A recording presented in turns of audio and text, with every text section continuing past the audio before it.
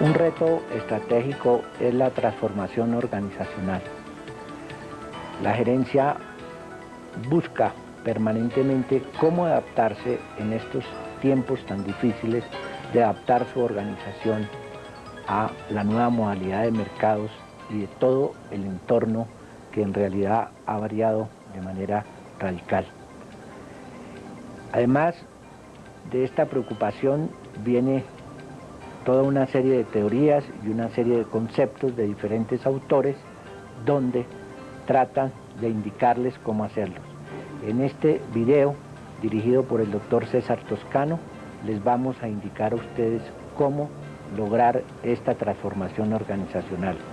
El doctor César Toscano es doctor de la Universidad de California en Los Ángeles, tiene título de ingeniero industrial e ingeniero de sistemas, estuvo vinculado por más de 30 años a la empresa IBM en planeación, en educación y en comunicaciones, entre otras de sus grandes aportes a esta compañía. Es actualmente un asesor destacado de empresas latinoamericanas y de empresas de los Estados Unidos, es conferencista internacional y es fundador y presidente de la empresa de consultoría gerencial Toscano Inc., con sede en el estado de Nueva York.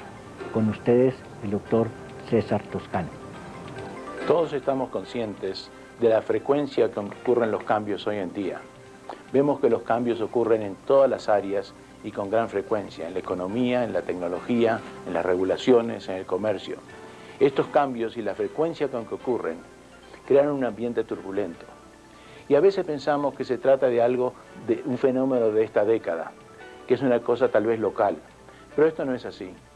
Los cambios radicales que ocurren cada vez más acelerados y con mayor frecuencia es una cosa común y corriente, es una cosa normal en la historia del hombre. Siempre ha existido y siempre van a seguir existiendo.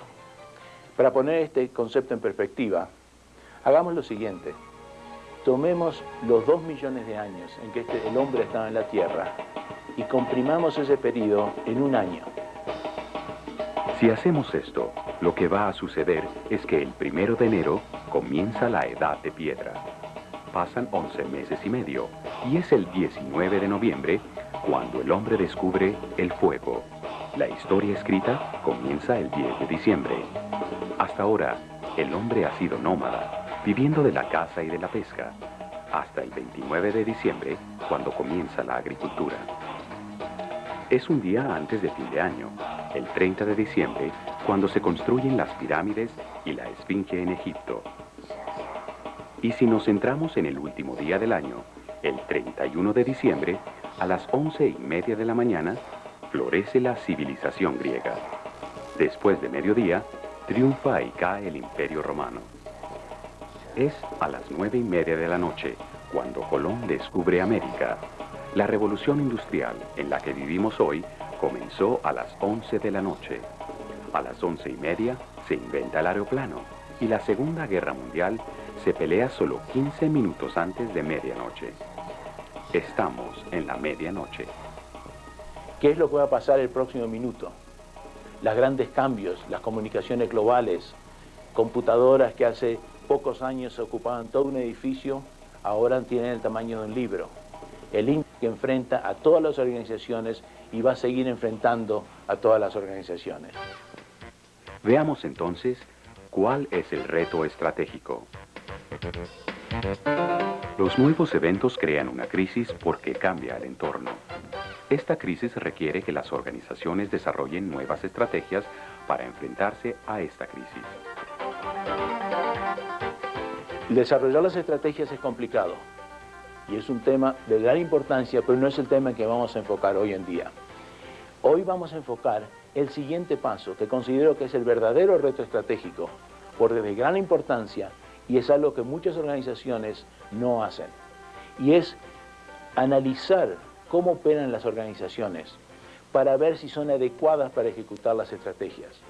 Porque la manera en que operan las organizaciones van a reflejar otras estrategias ya no aplicables, otros entornos que ya no existen.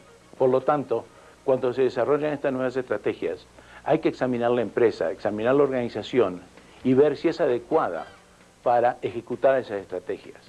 Esto es el verdadero reto estratégico. Y es algo que muchas organizaciones no hacen. Se limitan a crear nuevas estrategias y tratan de ejecutarlas con una organización que fue hecha para ejecutar estrategias antiguas, ya obsoletas, y entornos que ya no existen. El verdadero reto estratégico es cómo se transforma la organización para poder ejecutar esas nuevas estrategias. La importancia de transformar la organización es enorme para la gerencia. Lester Thurow, el decano de la Escuela de Gerencias del Massachusetts Institute of Technology, MIT, dijo que la única ventaja competitiva sostenible para las empresas en la economía de hoy, en la economía global, es lograr y manejar los cambios. Las otras ventajas competitivas no son sostenibles, pero la empresa que es capaz de transformarse y de cambiar a medida que cambie el entorno, a medida que aparezcan nuevas circunstancias y aparezcan nuevas crisis, va a mantener una ventaja competitiva sobre todos los demás. Por lo tanto, es un tema, es el verdadero reto estratégico para la gerencia, es la habilidad de transformar su empresa para enfrentarse y triunfar ante los cambios.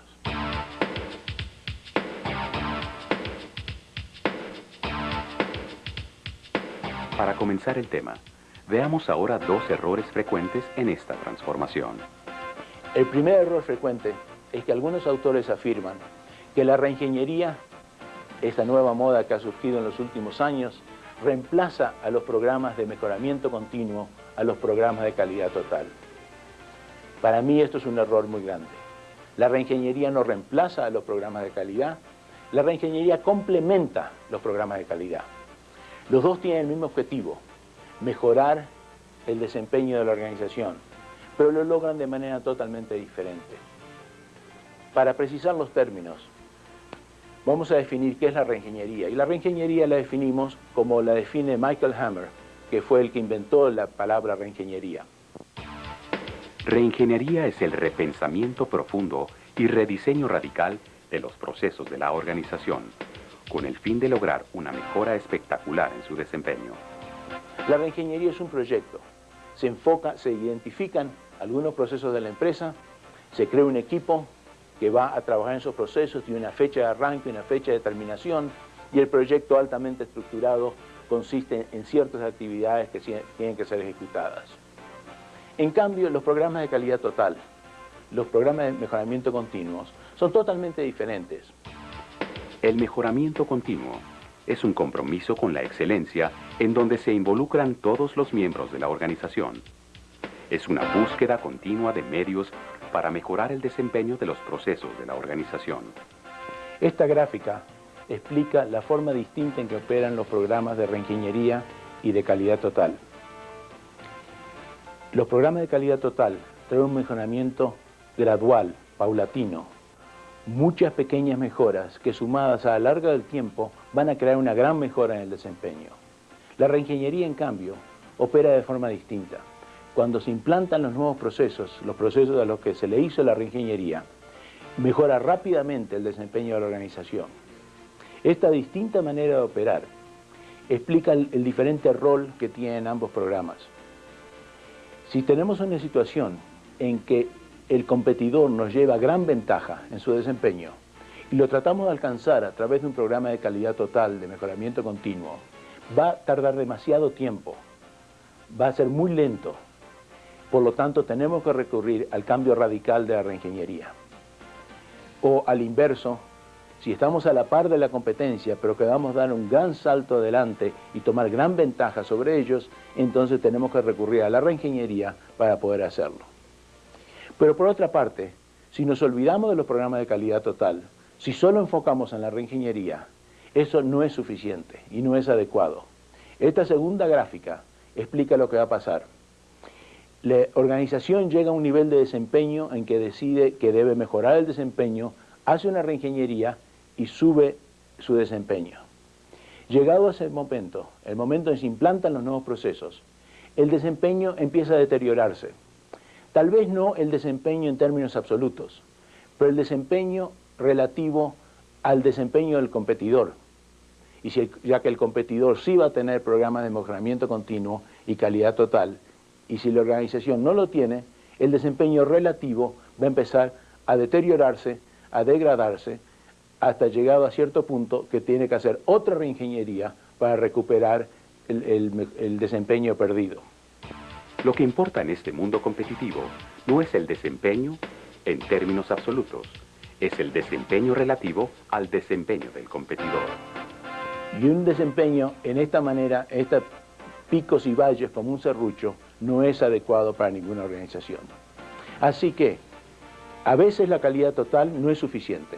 Se precisa una reingeniería para tener un gran avance en el desempeño. Pero solo reingeniería tampoco es suficiente. Se precisan los programas de mejoramiento continuo de calidad total. El problema que observamos en muchas organizaciones es que estos dos programas son totalmente distintos. La reingeniería es un proyecto altamente estructurado. Los programas de calidad total involucran a todos los empleados de la empresa. Esta diferencia en su operación hace que tiendan a separarse. Si yo veo una organización que tiene por un lado un director de calidad y por otro lado un director de reingeniería y no son parte de la misma unidad en la organización, yo sé que esa organización va a tener problemas. Porque van a ser proyectos que no están coordinados, van a ser proyectos competitivos y no van a poder aprovechar la sinergia que existe entre reingeniería y mejoramiento continuo. Los dos tienen que estar bajo el mismo mando, ser parte del mismo plan para poder aprovechar que son programas distintos pero complementarios y cada cual tiene su rol.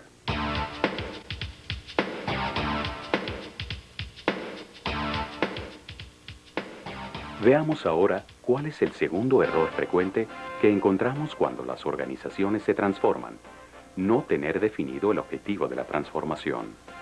Es hacer la transformación con el único objetivo de reducir costos o reducir el número de personas, el número de empleados. La reducción de costos puede ser un objetivo, pero solo es uno de los 5 objetivos que hay que considerar en una transformación. Veamos estos objetivos. Iniciemos con la reducción de costos. No es ningún objetivo nuevo. Los gerentes han estado transformando organizaciones para reducir costos desde hace años. Lo que es más, posiblemente se inició hace 200 años, cuando Adam Smith escribió el libro La riqueza de las naciones, en que transformó la fabricación de un alfiler de un trabajo artesanal en un trabajo de obreros especializados.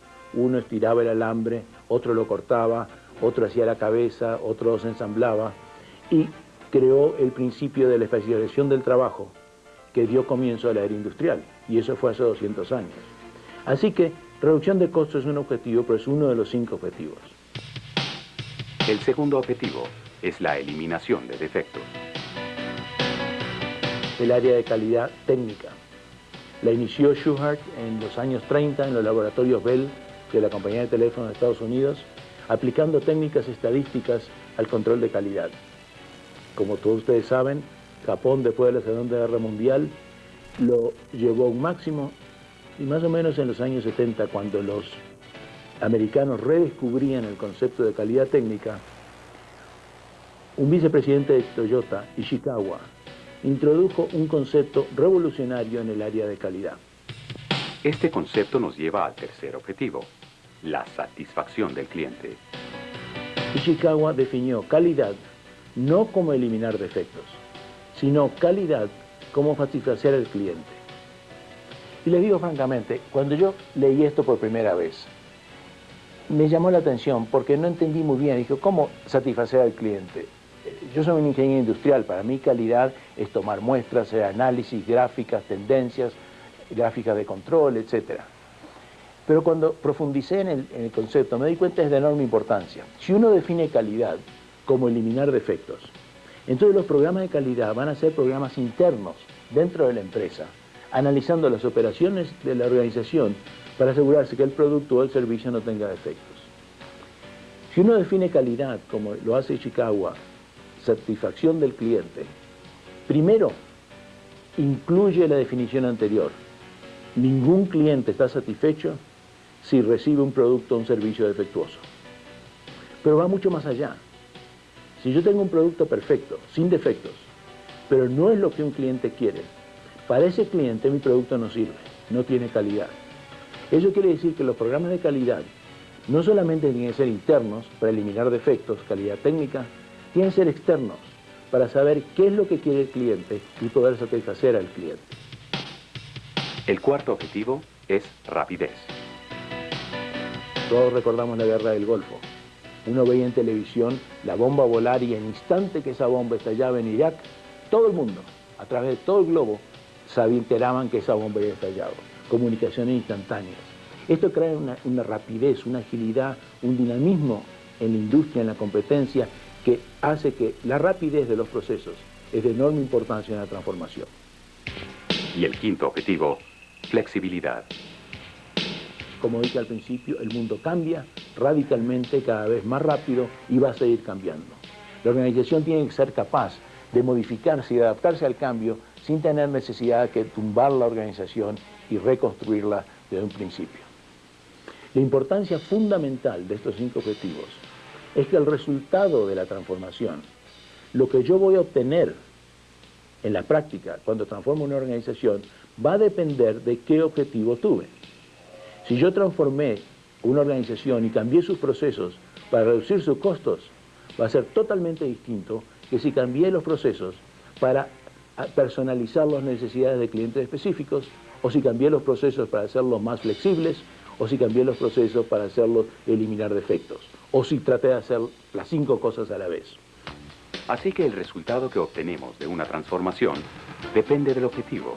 Entonces, el principio de la transformación es analizar la estrategia de la organización y determinar cuál es la prioridad relativa de los objetivos. Si mi estrategia empresarial es mercadeo masivo, cubrir el mercado, entonces costos va a tener gran importancia. Satisfacción del cliente no va a tener tanta importancia porque, en fin, mi objetivo es cubrir el mercado, no hacer ventas personalizadas. Henry Ford, que fue el extraordinario en reducir el costo, cuando Henry Ford al principio del siglo transformó la producción de automóviles y creó la línea de montaje, la producción en series, esa transformación le permitió reducir el costo de fabricar un automóvil en un 40%. Cuando Henry Ford introdujo el Ford Modelo T, hizo un comentario que en Estados Unidos se ha hecho famoso, y es que Henry Ford dijo, el americano va a poder comprar un Ford Modelo T de cualquier color que quiera, siempre y cuando sea negro. ¿Por qué? Para reducir costos, él solo iba a fabricar autos negros. Y si el cliente lo que quería es un auto rojo, paciencia. Su objetivo primordial era reducir costos, no dar satisfacción al cliente.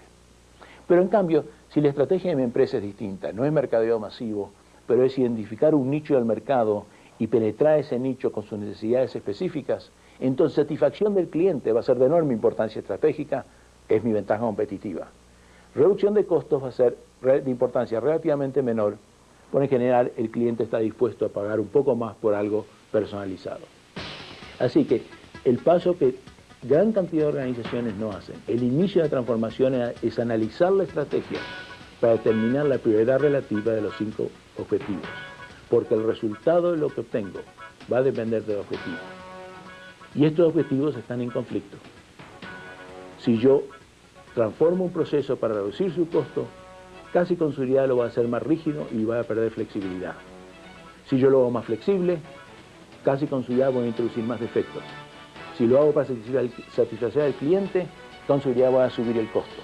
Así que están en conflicto. Hay que reconciliar esos conflictos según la prioridad que da la estrategia de la empresa.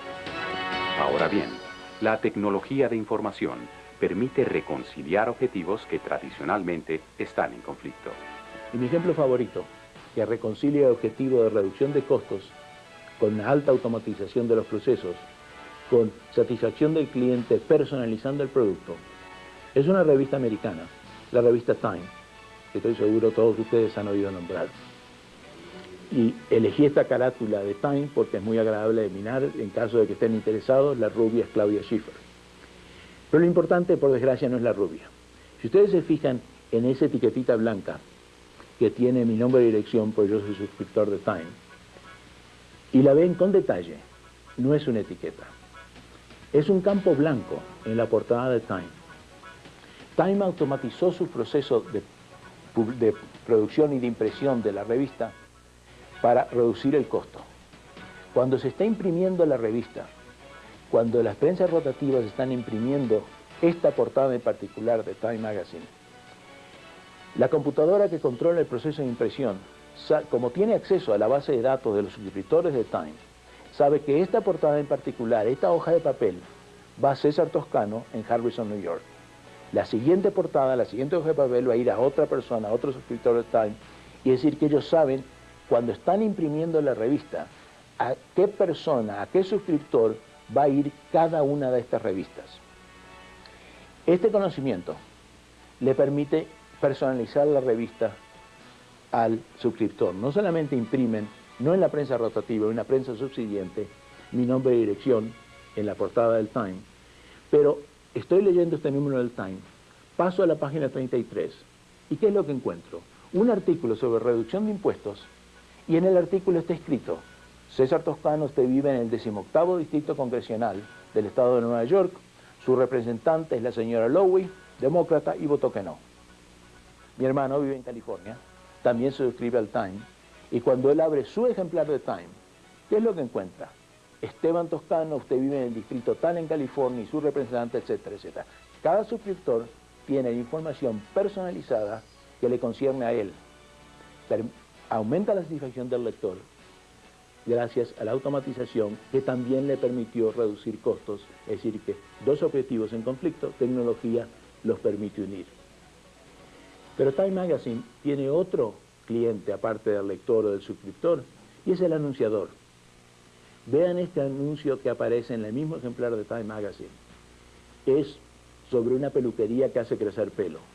Francamente es un tema de interés personal para mí. Pero lo importante no es el tema del anuncio, lo importante es la locación de esta peluquería. Ustedes ven, tiene 3 locaciones: Stamford, Connecticut, Yonkers, New York, y Manhattan. ¿Ustedes piensan que el Time Magazine que recibe mi hermano en California va a tener este aviso? ¿Quién va a ir de California a Nueva York para ir a la peluquería por más pelado que sea? Nadie. Este aviso solo aparece en los ejemplares que se distribuyen en el área de Nueva York. Time Magazine divide a Estados Unidos en 30 regiones geográficas, y como sabe exactamente a dónde va cada ejemplar, imprime avisos regionales. Este aviso va a Nueva York, las Time Magazines que van a Chicago tienen otro aviso, los que van a Dallas tienen otro aviso. Es decir que desde que se fundó Time Magazine, solo podía vender avisos a empresas nacionales que querían hacer publicidad nacional. Ahora vende avisos a empresas regionales que hacen publicidad regional. Aumentó su mercado de una manera gigantesca. Su competencia en este tipo de avisos regionales son las revistas locales, que tienen volúmenes mucho menores y por lo tanto costos por unidad mucho mayores. Es decir, que le permitió una enorme ventaja competitiva, no solamente satisfaciendo al cliente, reduciendo costos, pero aumentando su mercado. Y este es un ejemplo de lo que se puede lograr transformando una organización con tecnología de información. Entonces, estos son los 5 objetivos que deben guiar la transformación de una organización. Reducción de costos. Eliminación de defectos. Satisfacción del cliente. Rapidez y flexibilidad. La razón que tantas organizaciones enfocan en su transformación solamente para reducir costos es que no han hecho el análisis de la estrategia que le permita dar prioridad relativa a los objetivos y por lo tanto caen automáticamente en reducción de costos como un objetivo estándar. Y puede ser un error garrafal porque, por ejemplo, si mi desarrollo de un nuevo producto tarda 1 año y mi competidor lo hace en 6 meses, si yo transformo ese proceso para reducir su costo, es un error enorme. Tengo que transformarlo para hacerlo más rápido. Así que estos son los 5 objetivos, el punto de partida. La organización debe desarrollar una estrategia de transformación que dé prioridad a estos objetivos.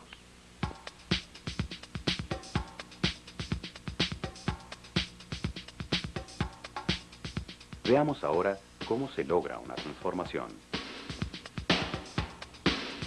La transformación consta de 5 elementos: los clientes, los procesos, la tecnología de información, la cultura de la organización y el factor humano. Así que el punto de partida es el cliente. Hay que centrarse en el cliente y hacerse este tipo de preguntas. ¿Quiénes son nuestros clientes? Y me doy cuenta que esto parece una pregunta trivial. Todas las empresas saben quiénes son sus clientes, pero no es trivial. Es una pregunta de gran importancia. Y para ponerlo en perspectiva, permítame darle un ejemplo que yo llamo de entre casa. Por muchos años mi señora y yo tuvimos una gata, la pobre ya murió, y esta gatita desde que era chiquita le compramos comida para gatos, marca Purina, unas latitas que venden en Estados Unidos. Entonces la pregunta que hay que hacerse es, ¿quién es el cliente de Purina? ¿Yo o la gata? Y la respuesta es que los dos somos clientes de Purina. Yo soy el comprador, la gata no va al supermercado, soy yo el que va al supermercado, y la gata es el consumidor. Y Purina, para vender, tiene que satisfacer a ambos clientes. Si yo voy al mercado y no agarro la lata de Purina, Purina perdió la venta. Hace unos años compré otra marca que estaba en promoción, abrí la lata, se la puse, la gatita vino, olió la comida, se dio vuelta y se fue. Jamás volví a comprar esa marca. Así que, si Purina quiere vender, tiene que satisfacer a ambos clientes. Y el punto importante es que los objetivos de estos dos clientes de Purina están en conflicto. Cuando abrimos una lata de atún con mi señora, la gata se volvía loca. Olía el atún, saltaba a la mesa, quería comer atún. Lo que satisface al cliente de Purina, la gata, es atún blanco. En Estados Unidos, una latita de atún blanco vale $2. Lo que me satisface a mi cliente de Purina es 30 centavos por latita, que es lo que vale la comida de gatos. Así que estamos en conflicto. Por lo tanto, Purina, para satisfacer a ambos, pone avisos en el periódico. La gata no sabe leer, el aviso es para mí. Y Purina tiene un laboratorio con 200 gatos exclusivamente para que le prueben las comidas, para asegurarse que las mezclas sean apetitosas para los gatos. Tiene que satisfacer a ambos clientes. El segundo paso, dentro del proceso de transformación de una organización, es centrarnos en los procesos de la organización. Los procesos es lo que hace la organización, las actividades que cumplen para crear sus productos o sus servicios. Es distinto del organigrama, de la estructura de la organización, que representa cómo fluye la autoridad dentro de la organización. Para ilustrar, hicimos un estudio en una compañía de seguros en Wisconsin, en Estados Unidos, que estaba organizada, con muchas compañías de seguros, según su línea de productos, unidad de seguros de vida, de seguros comerciales, etc. Pero cuando analizamos qué hacen como organización, ellos hacían 5 cosas, a nivel organización, a nivel empresa, hacían 5 procesos fundamentales. Ellos creaban nuevos tipos de pólizas, vendían esas pólizas, daban servicio a las pólizas, pagando reclamos y cobrando primas, hacían inversiones financieras y daban apoyo administrativo a estos 4 procesos. Así que a nivel empresa hacían estas 5 cosas muy distinto del organigrama de la organización. Y la relación entre organigrama y procesos es muy importante y lo ilustramos en esta forma. Si se estudia la estructura de la organización, va a ver que dentro de esta estructura va a haber algunos procesos, como el proceso tipo A, que se ejecuta solamente en una parte de la organización. Otros procesos, como el tipo B, se ejecutan replicados en diferentes partes de la organización. Otros procesos cortan a través de la organización y hay cadenas de procesos en que un proceso da el insumo al proceso siguiente. Hay que analizar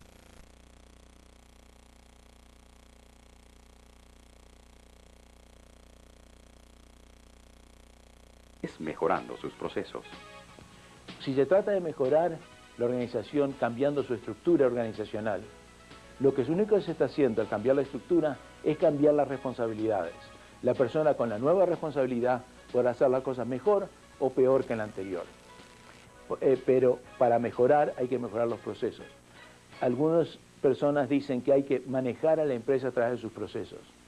En mi opinión, si se hace eso, se va a crear caos. La empresa se mejora a través de sus procesos, pero la empresa se maneja a través de estructura jerárquica vertical, que podrá achatarse, cambiar de forma, pero siempre va a existir. Hay que combinar ambas cosas. Y una de las partes claves para combinar ambas cosas es el concepto de el dueño del proceso. El dueño del proceso es la persona responsable de la ejecución efectiva y eficiente del proceso ante la estructura jerárquica vertical. No es necesariamente la persona que hace el proceso, pero es la persona que es responsable por su proceso. Y con esa responsabilidad puede entrar en otras áreas que no están bajo su mando para asegurarse que el proceso sea ejecutado efectivamente. Así que el dueño del proceso, todo proceso clave, debe tener un dueño, es lo que liga los procesos que deben ser mejorados con la estructura vertical. Ambos tienen que existir para que la organización funcione de forma efectiva. Para mejorar los procesos, hay que enfocarlos en dos fases. La primera fase es hacer un análisis a nivel empresa y la segunda fase es hacer un análisis operacional. El error que veo con mucha frecuencia es que se hace la mejora de los procesos a nivel operacional. A nivel operacional va a existir cientos o miles de procesos. Estos 5 procesos de nuestra compañía de seguros, si se toma el proceso, digamos, crear nuevos tipos de pólizas, se subdivide en definir nichos de mercado, hacer estudios de riesgo, etcétera, una cantidad de subprocesos. Así que a segundo nivel estos 5 procesos generarán 20 o 30 procesos que a su vez son divididos en subprocesos, de manera que se forma una estructura y a nivel operacional hay cientos y cientos de procesos. Si se enfoca ahí, se arranca ahí, se van a crear esos proyectos que duran años, que crean informes de este grueso, que nadie lee y que no sirven para nada.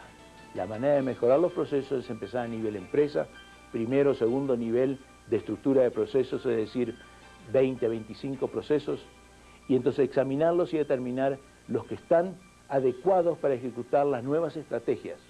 Esos que están adecuados para ejecutar las nuevas estrategias no precisan ser transformados, lo único que precisan es un programa de mejoramiento continuo, calidad total. Así que esos procesos van a mejoramiento continuo de los programas de calidad. Los procesos que no son adecuados para ejecutar la estrategia tienen que ser rediseñados de acuerdo a una de estas 3 metodologías fundamentales. Primero, análisis del proceso. Es decir, analizar el proceso existente, determinar actividades redundantes, actividades que no dan valor agregado, cuellos de botella, etcétera, usando las técnicas que han sido desarrolladas hace años en ingeniería industrial o en análisis de sistemas. Pero esto consiste en mejorar el proceso existente. Segundo método, el benchmarking. Benchmarking es una palabra que realmente no tiene traducción, que significa comparar no el producto o el servicio, pero comparar el proceso que crea el producto o el servicio. Y en lo que consiste benchmarking es en determinar una empresa que tenga un proceso similar al proceso que debe ser rediseñado, se estudia cómo lo hace la empresa y entonces se adapta a la empresa de uno. Es decir, se aprende del éxito de otra empresa. Y la gran ventaja de benchmarking no solamente es que permite hacer grandes avances muy fácilmente, sino que también permite salirse de su industria. Pero encontramos que el mismo proceso existe en diferentes industrias. Entonces, no tienen necesidad de ir a un competidor, pueden ir a otra empresa o una industria totalmente diferente que tenga el mismo proceso y que lo ejecute de forma excelente y aprender de ellos. Tercer método, la reingeniería. Como dice Hammer, es tumbar y volver a construir. No es mejorar el proceso existente, es agarrar el proceso existente, tirarlo por la ventana y crear una cosa totalmente distinta. La reingeniería es lo más drástico, lo más radical, lo más costoso y lo más peligroso. Y es importante poner en perspectiva el rol de la reingeniería dentro del campo de transformación. Reingeniería no es transformación. Transformación es mucho más que reingeniería. Reingeniería es una de las 3 herramientas de uno de los 5 elementos de la transformación. Es muy importante, pero tiene un rol muy especializado. Para ilustrar, me gusta hacer una analogía. La relación entre reingeniería y transformación es similar a la relación que existe entre cirugía y medicina. Cirugía es una parte muy importante de la medicina, pero hay mucho más en medicina que no es cirugía. Cuando yo estoy enfermo, yo no voy al cirujano y le digo, doctor, opéreme. Yo voy al médico y le digo, doctor, cúreme. Y si él determina que preciso una operación, entonces va al cirujano. Al igual una empresa. Si tiene un problema, tiene que enfocar en el campo de transformación. Y de repente va a determinar que reingeniería es lo que precisa, tumbar el proceso y reconstruirlo, pero de repente algunos de los otros elementos, mejor definición de clientes, uso de tecnología, etcétera, pueden solucionar el problema. Así que, sin quitar la importancia, hay que poner reingeniería en su lugar. Es una de las herramientas, pero es una de las herramientas en el proceso de transformación. El tercer elemento en el proceso de transformación es la tecnología de información. Esta tecnología es la herramienta más poderosa para transformar a una organización. Y es importante en la transformación definir que tecnología tiene un doble rol. Son dos papeles totalmente diferentes, pero de gran importancia ambos. El primer rol es el más obvio, el más visible. Se enfoca en un proceso que tiene que ser rediseñado y se examinan todas esas tecnologías emergentes, multimedia, sistemas expertos, intercambio electrónico de información, computación móvil, etcétera, tecnologías que no existían cuando se diseñó el proceso originalmente y se ve si se pueden usar para ejecutar ese proceso de una manera mucho mejor, mucho más eficiente y mejorar el desempeño. Esto es lo más visible. Cuando se escribe o se habla sobre una organización que se transformó, esto es lo que se explica, cómo están usando las nuevas tecnologías. Pero tecnología e información tiene un segundo rol, que es de igual o mayor importancia que el uso de tecnologías emergentes, pero no es visible.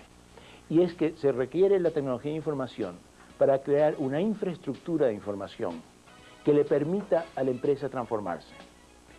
Por ejemplo, deben crear bases de datos integradas, de manera que cuando una persona esté trabajando en esos procesos que cortan a través de la empresa, tenga acceso a información en las otras funciones de la empresa. De manera que la información que se genera al ejecutar el proceso, que se utiliza para mejorar el proceso, también se utilice para manejar a la empresa de una forma vertical según su estructura jerárquica. Si la empresa no crea esta infraestructura de información, va a encontrar que cuando trata de transformarse no lo va a poder hacer, porque no tiene la flexibilidad de ejecutar la transformación. Cada organización que se ha transformado con éxito, cuando se analiza, se ve que lo hicieron porque crearon esta infraestructura. Pasemos ahora al cuarto elemento, la cultura de la organización. La cultura de organización es todas esas creencias, normas, tradiciones, escritas o no escritas, que determinan lo que podemos llamar la personalidad en la empresa. Determinan la conducta que es aceptable en una empresa o no es aceptable. Al igual que la personalidad, es muy difícil de describir en términos formales, pero todos sabemos de qué se trata. Todas las organizaciones tienen una cultura, algunas más fuertes que otras. Y es de enorme importancia enfocar en la cultura durante la transformación, porque si lo que se propone hacer en la transformación, si la nueva manera de operar la empresa está en conflicto con la cultura, esa transformación va a fracasar. Cuando hay un conflicto entre cultura y transformación, cultura 1, transformación 0. Ganó el partido de la cultura.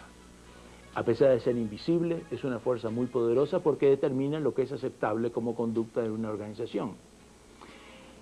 Eso quiere decir que si tenemos una transformación, no cuando se completa, cuando estamos quejando el tipo de transformación, hay que examinar a la cultura y ver si la transformación que se propone hacer es consistente con la cultura. Si no es consistente, hay dos alternativas. La primera alternativa es modificar a la cultura, que debe hacerse no al implantar la transformación, pero antes de implantar la transformación. Si se trata de modificar la cultura e implantar la transformación a la vez, va a ver que la empresa va a rechazar a ambas. Hay que primero modificar la cultura y una vez que esté modificado, implantar la nueva manera de operar. Se deben tener en cuenta varias herramientas que están disponibles para el cambio de una cultura. Un cambio de cultura comienza con el liderazgo ejecutivo. Con el ejecutivo con una visión y que comunique esa visión a todos los empleados, no que se la mantenga solamente para la alta gerencia, sino que la transmita a todos los empleados de la organización. El cambio de cultura siempre empieza en el más alto nivel de la empresa. Y se pueden usar tácticas como hacer empowerment de los empleados. Empowerment es otra palabra que no tiene traducción porque es mucho más que autorizar a los empleados a tomar decisiones. Es autorizarlos a tomar decisiones, capacitarlos para que las tomen, darle la información requerida para tomar las decisiones, cambiar el sistema de medición de manera que puedan tomar decisiones por su propia cuenta. El trabajo en equipo es otra forma de cambiar la cultura de la organización. Los empleados están acostumbrados a trabajar independientes, pueden formar equipos de trabajo y que por ser equipos con múltiples conocimientos y capacidades se le puede dar mayor responsabilidad y mayor autonomía. Otra forma de cambiar la cultura de la organización es crear partnerships, alianzas en donde ambas partes tienen objetivos y beneficios comunes. Porque dentro de muchas empresas y muchas organizaciones se crean competencia entre los empleados en vez de formarse alianza entre los empleados. Y de las herramientas más poderosas para cambiar la cultura organizacional es cambiar los sistemas de medición, porque las personas van a optimizar en su conducta dentro de la empresa lo que se mide. Yo siempre digo, se hablan estrategias, pero se actúan mediciones. Las estrategias son palabras, pero la medición es la realidad de la empresa. Entonces el sistema de medición va a tener un enorme impacto en la cultura de la empresa. El quinto elemento dentro del proceso de transformación de una organización es el factor humano. Cuando hablamos de una transformación, lo que cambia no son las organizaciones, porque las organizaciones no existen. Lo que existe, la realidad, es un grupo de personas trabajando en forma coordinada, siguiendo procedimientos para obtener ciertos objetivos. Es decir, que cuando hablamos de cambiar la organización, lo que estamos hablando es que las personas que constituyen la organización tienen que cambiar la forma en que trabajan.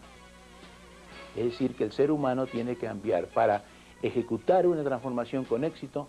El último paso, su implantación, requiere que el ser humano cambie. Es decir, que el último paso en un proceso de transformación es enfocar en los seres humanos. Este último paso es el más descuidado, es el más olvidado y desde mi punto de vista es una de las causas más frecuentes de los fracasos de las transformaciones. El ser humano tiene que cambiar. Ahora, el ser humano resiste el cambio. El ser humano quiere hacer lo que hacía antes y seguir haciendo lo que hacía antes. Por lo tanto, tenemos que enfocar en el último paso de la transformación en cómo se convence al ser humano de que cambie su forma de trabajar. Esto quiere decir que el equipo que tenemos que formar para llevar a cabo la transformación de la empresa no solamente debe contar con destrezas técnicas, también debe tener habilidades humanas. Lo que encontramos es que en general las personas que son muy buenas en destrezas técnicas no son tan fuertes en habilidades humanas. Entonces tenemos que asegurarnos que el equipo de transformación tenga ambas cualidades, las destrezas técnicas para hacer el análisis de la organización y las habilidades humanas para convencer a los empleados de la organización que cambien su manera de trabajar y adopten las nuevas maneras. Pero como dije, el ser humano resiste el cambio. El ser humano quiere seguir haciendo lo que hacía antes. Entonces, para crear cambio en una organización, no es suficiente escribir un memorándum y ponerlo en la pizarra para que todo el mundo lo lea. Hay que manejar el proceso de cambio.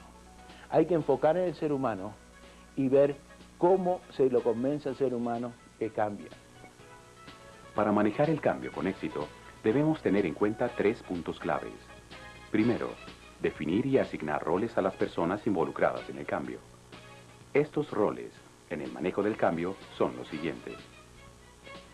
Patrocinador que autoriza es la persona que legitimiza el cambio. El patrocinador que refuerza es la persona o personas que manejan el proceso de cambio. El agente de cambio es la persona que va a trabajar con los objetos del cambio, los empleados que sí tienen que cambiar, para ayudarlos a cambiar, para darles ayuda, darles soporte, entrenamiento, facilitar el proceso de cambio. Es un rol muy positivo, pero muy necesario. Un error que sucede con frecuencia es que el patrocinador, al anunciar el cambio, nombra al agente del cambio y dice, fulano de tal está a cargo de que este cambio ocurra, indica quiénes son los objetos del cambio y se va. El agente de cambio empieza a trabajar con los objetos del cambio para ayudarlos a cambiar. Y naturalmente los objetos del cambio resisten el cambio. Dicen, no, queremos seguir haciendo lo que hacíamos antes. Entonces la gente del cambio tiene un problema, porque y muy a menudo trata de convertirse en patrocinador y convencer a la gente que tiene que cambiar. Pero eso no es el rol que le corresponde y por lo tanto fracasa. Lo que tuvo que haber hecho este patrocinador que autorizó, el nombrar a otros patrocinadores, otros gerentes posiblemente de menor nivel, que estén más cerca de la operación que va a cambiar, para que mantengan el patrocinio vivo, para que manejen el proceso del cambio, es decir, para que den las recompensas a los que cambian, los castigos a los que no cambian, asegurarse que los recursos necesarios son dados para que el cambio pueda suceder. Estos patrocinadores que refuerzan el patrocinio es un rol clave y es la combinación de estos roles la que va a crear un cambio exitoso. Segundo, otro elemento esencial en el manejo del cambio es reconocer que hay fases en el proceso de cambio. El cambio no sucede de un estado a otro estado. Sí, en la organización se pasa del proceso antiguo al nuevo proceso. Pero el ser humano no tiene esa transición. El ser humano precisa un estado intermedio. Hacemos la analogía de que el estado actual tiene que ser descongelado. Un estado de transición que devuelva a ser recongelado en el estado deseado, en el nuevo estado. Es un poco como si tenemos un cubo de hielo cuadrado y lo queremos hacer triangular. Tenemos que poner fuego, poner calor para derretir el hielo y después recongelarlo. Ahora, no demasiado calor, porque entonces el agua empieza a hervir y se evapora y nos quedamos sin agua y sin hielo. Al manejo del cambio quiere decir que la gerencia tiene que hacer que el empleado se pase de un estado actual al estado de transición antes de llegar al estado deseado. El estado de transición es un estado desagradable, incómodo, que motiva al empleado a aceptar el nuevo estado. Para ilustrar esto, el ejemplo es un evento que sucedió hace varios años en el Mar del Norte en Inglaterra. Una plataforma petrolera en el Mar del Norte, en invierno, en la noche, hay una explosión y se incendia. Uno de los obreros se lanza de la plataforma al mar. Lo rescatan y cuando se recuperan le preguntan, ¿por qué hiciste ese disparate? Una altura enorme, la caída nomás te puede haber matado, el mar estaba congelado, te morías en unos minutos de hipotermia, ¿por qué saltaste? Y lo que le contestó el obrero es, si no saltaba, me achicharraba. La torre incendiada es el estado de transición que lo impulsó a ir al otro estado. La compañía Hallmark, que hace las tarjetas de saludos, tuvo un enorme cambio. Y cuando se inició este cambio, el presidente de la empresa hizo un discurso para todos los empleados. Y en este discurso les dijo, iniciamos una jornada de cambio. Va a ser una larga jornada. En esta jornada vamos a llevar con nosotros a nuestros heridos, pero vamos a matar a los rezagados. ¿Qué es lo que hizo el presidente de Hallmark? Incendió la plataforma. O cambian o se van, o saltan o se achicharran. La gerencia a veces tiene que crear este estado para motivar a la gente de pasar del estado actual al estado de transición, de manera que ellos mismos voluntariamente pasen del estado de transición al estado deseado. Tercero, debemos desarrollar tácticas y estrategias para lograr éxito en el cambio. Así, las estrategias para el manejo del cambio son: debemos tener una buena razón para cambiar. Y esa razón tiene que ser explicada. El empleado no puede percibir el cambio como algo arbitrario de la gerencia. Tiene que entender por qué la gerencia está cambiando. Alguien respetado debe estar a cargo del proceso. No es posible decir, bueno, a ver, ¿quién no tiene nada que hacer? Lo vamos a poner a cargo del cambio. La persona que debe estar a cargo del cambio es la más útil, la más preciada en la empresa, de manera que los empleados sepan de que el cambio es una cosa muy importante para la empresa. Formar equipos para manejar la transición. Los empleados no cambian por sí solos, hay que formar equipos de cambio para manejar la transición y asignarle los roles correspondientes. Hay que involucrar a los empleados. Si los empleados participan en crear el cambio, lo van a aceptar con mucho más fácil. a veces es necesario tener ayuda externa, pero el arma más útil es la educación. Hay que educar a los empleados en los nuevos valores, en los nuevos procedimientos, en las nuevas maneras de actuar. Hay que elogiar y recompensar a las personas que cambien y también castigar a los que no cambian. Y el factor más importante es mantener la comunicación abierta, la comunicación continua con los empleados, informándonos de las razones del cambio, del desarrollo del cambio, de cómo progresa el cambio. No puedo poner énfasis mayor en la importancia de comunicación para facilitar el cambio desde el punto de vista del factor humano. Bueno, hemos visto los 5 elementos en que consiste el proceso de transformar una organización. Hemos hablado de los 5 objetivos que debe tener el proceso de transformación, objetivos que deben ser analizados y priorizados antes de comenzar. Lo que yo llamo, hay que desarrollar una estrategia de transformación que priorice los objetivos y defina los pasos a seguir. Esto nos va a permitir adaptar a la empresa a las nuevas estrategias que fueron necesarias por la crisis. Ahora, en conclusión, me gustaría hacer una pequeña variación a ese esquema.